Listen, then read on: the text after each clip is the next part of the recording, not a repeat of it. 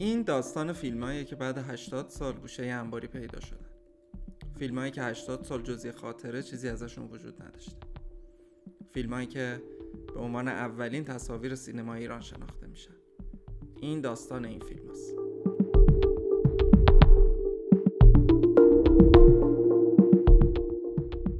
ما یک فیلمایی داریم که تقریبا مال 125 سال پیشن. فیلمایی از مظفرالدین شاه، سفراش، یکم هم مردم دور زمانه خودش که کمتر کسی دیده. تو این ویدیو ما می‌خوایم در مورد این فیلم‌ها صحبت کنیم و اینکه این فیلم‌ها چه اهمیتی توی سینما ایران و کلا تاریخ معاصر ایران دارن. من جواد ابراهیمی نژادم و اینجا کانال پوزیتیفه.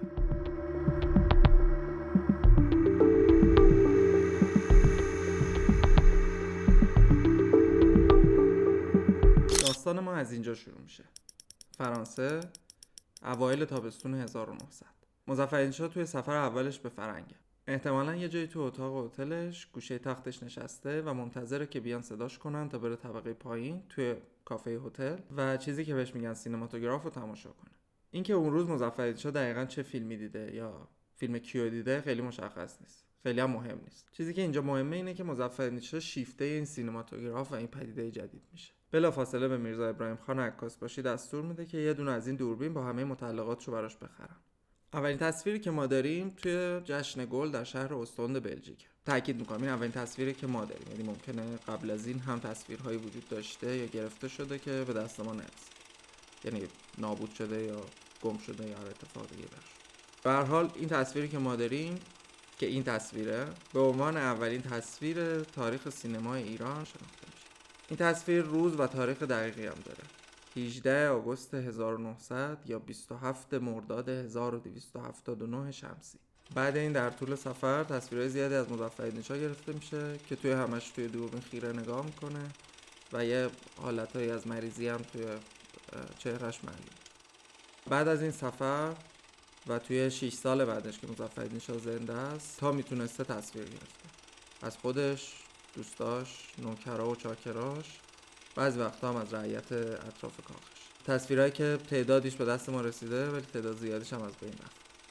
حالا اینکه هی میگیم از بین رفته یعنی چی؟ در حقیقت این نگاتیو ها یا فیلم هایی که مظفرالدین شاه ازشون استفاده میکرده فیلم های نیتراتی بودن، یعنی اسمشون فیلم نیتراتیه. فیلم نیتراتی از یک پایه سلولوزی با منشأ حیوانی ساخته شده.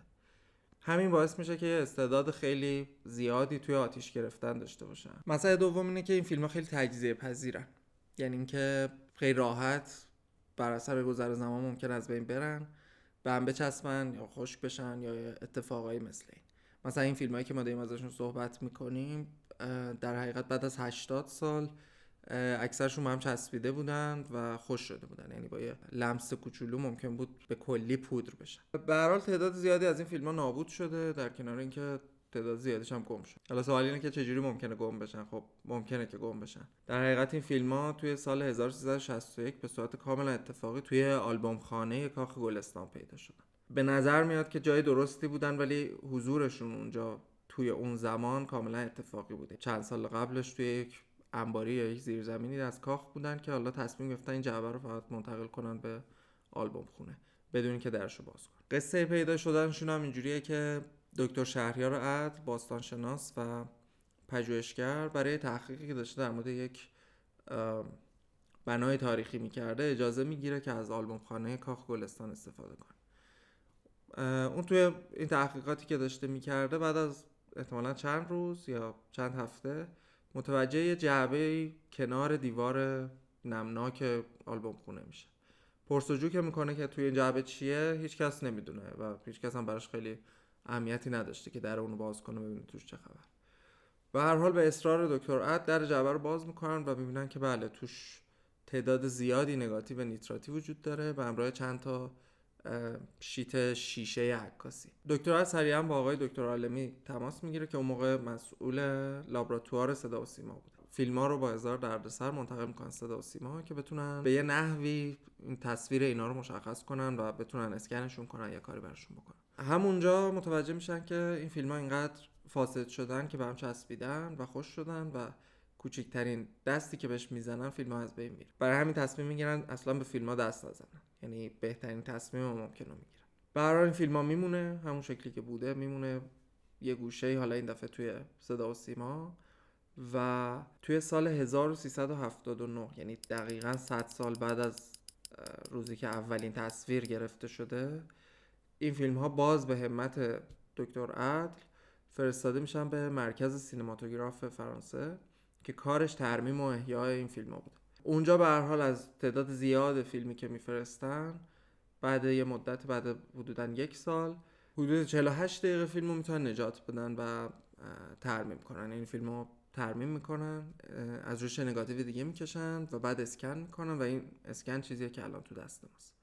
حالا توی این فیلم ها چی هست؟ یعنی دقیقاً چه تصاویری توی این فیلم هایی که توی این 48 دقیقه وجود داره؟ این 48 دقیقه به 3 دسته فیلم تقسیم میشه. دسته اول همون سفر اول شاهه که بخش اعظمش همون جشن گله و بعد قسمت‌هایی از سفرش توی پاریس و قسمت‌هایی از سفرش توی اتریش. بخش دوم این تصاویر یه سری تصاویرن که حالت مستند دارن، بیشتر از سفرهای داخلی شاه به دوشان تپه و جاهای این شکلی، و در کنار اون یک سری تصویر که از بیرون کاخ گلستان، از خیابون‌ها و گذرهای اطراف گرفته شده و یا از یه سری تپه ماهورهایی که حالا یک سری تاجر از اونجا رد می شدن. و دسته سوم مثل تصویرن که در نگاه اول به نظر فیلم‌های مستندی میان که از شاه و نوکران توی کاخ گرفته شده، ولی با یه ذره دقت و با دوباره نگاه کردن متوجه میشیم که یک سری فیلم ساختگی، یعنی میتونیم بهشون بگیم فیلم داستانی. حتی یه قصه‌ای دارن که حالا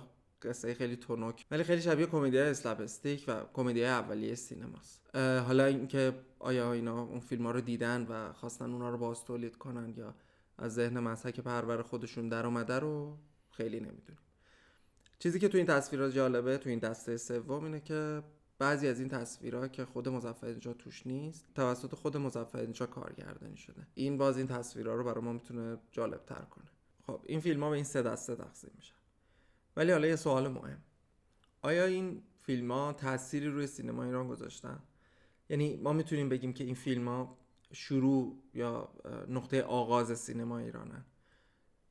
راستش نه، برای اینکه همونطور که گفتیم عملاً کسی این فیلم‌ها رو ندیده. یعنی این فیلم‌ها بیشتر مصرف خانگی برای خود شاه و اطرافیانش داشته. اگه بخوایم دقیق‌تر نگاه کنیم و البته بخوایم تو پرانتز اینو بپذیریم که اولین فیلم سینما ایران طوفان زندگیه که 48 سال بعد از این ساخته شده، یعنی 1948 یا 1327 شمسی. تو این فاصله ما عملا این فیلم ها رو نداشتیم. یعنی این فیلم ها خیلی زود بعد از مرگ مظفرالدین شاه دست به دست شدن و همون موقع هم غیب شدن. همونطور که میدونیم پسرش یعنی محمد علی شاه اصلا علاقه‌ای به سینما نداشته، وقت زیادی هم نداشته. توی 2 سالی که سلطنت کرده صرفاً درگیر مسائل سیاسی و پاره کردن مشروطه بوده. پسر اون احمد شاه هم باز در سن کم به سلطنت میرسه و خیلی علاقه‌ای به فیلم و سینما نشون نداده، حداقل تا وقتی که تو ایران بوده. حکومت پهلوی هم که خب به سیاق همه حکومتایی که رو خرابه حکومت دیگه میان،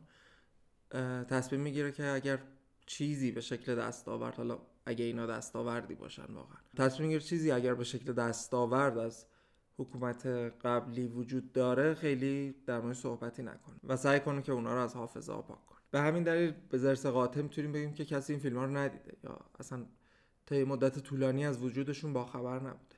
یعنی اولین کسی که پیگیر این فیلم‌ها میشه و در موردشون صحبت میکنه فرخ غفاریه. فرخ غفاری کیه؟ فرخ غفاری فیلمساز و مؤسس فیلمخانه ملی ایرانه. ما فرخ غفاری رو بیشتر با شب قوزی میشناسیمش که تأثیر زیادی روی موج نو سینمای ایران گذاشته، با اینکه قبل‌تر از اون موج بوده ولی همه به عنوان یکی از پدران موج نو ازش یاد میکنه. بعدتر ممکنه به فرخ غفاری برگردیم با یه ویدیوی طولانی‌تر در مورد خودش، چون تأثیری که روی سینما ایران گذاشته اینقدر زیاده که توی 2-3 تا جمله نمیشه در موردش صحبت کرد. ولی خب با همه این اوصاف، یعنی با این حرفایی که زدیم که این فیلم‌ها احتمالاً تأثیر روی سینما ایران نذاشتن، ولی از این نکته نباید بگذاریم که این فیلم‌ها و وجودشون و حالا پیدا شدنشون باعث شده که ما از زمانه‌ای تصویر داشته باشیم که میتونستیم نداشته باشیم. یعنی راستش تو این بازه 30-40 ساله از اول 1900 تا 1948، یعنی 48 سال نبود سینما ایران، ما عملاً تصویرایی که داریم تصویرایی که روس‌ها، انگلیس‌ها و بعضاً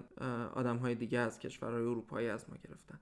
یعنی ما خیلی تصویر دست اولی از خودمون نداریم. هرچی به عقب‌تر برمیگردیم، یعنی در دوره قاجار و خصوصا مظفرالدین شاه، این نیاز به وجود تصویر به نظرم بیشتر میشه. ما از این دوره چیزی در دست نداشتیم، یعنی نداشتیم تا روزی که این فیلم‌ها پیدا شدن. و خب همین هم به نظر به همت و خواست شخصی یک یا دو نفر آدمه و اگر این یکی دو نفر آدم نبودن احتمالاً همینا رو هم نداشتیم. نمیتونیم بهشون بگیم اولین تصاویر سینما ایران، ولی به عنوان اولین تصاویر متحرک ایرانی میتونیم ازشون اسم ببریم. و خب این فکر رو به ذهن آدم میاره که اگر 20 سال قبلش یا 30 سال قبل، یعنی همون موقعی که فرخ غفاری داشته دنبال این فیلم‌ها میگشته، این فیلم‌ها پیدا میشدن، ممکن بود ما به جای 48 دقیقه 148 دقیقه یا 248 دقیقه فیلم داشته باشیم. و خب این خیلی خیلی سرگذشت غم انگیزیه برای تاریخ معاصر ایران. شاید درباره دوربین هم ذره بگیم، اینکه دوربینی که همه این تصویرها باش گرفته شده توی حراجی در سال 1300 توی تکیه دولت فروخته میشه، ولی نه مشخصه به کی و نه مشخصه که بعدش چه اتفاقی براش افتاده. یعنی احتمالاً دوربینه یه گوشه‌ای داره واسه خودش خاک میخوره که این بهترین حالتشه، یا خیلی وقت پیشتر از اینا نابود شده و از بین رفته. به هر حال هر کدوم از اینا باشه، باز این هم سرگذشت غم انگیزیه واسه اولین ثبت کننده تصاویر ایرانی.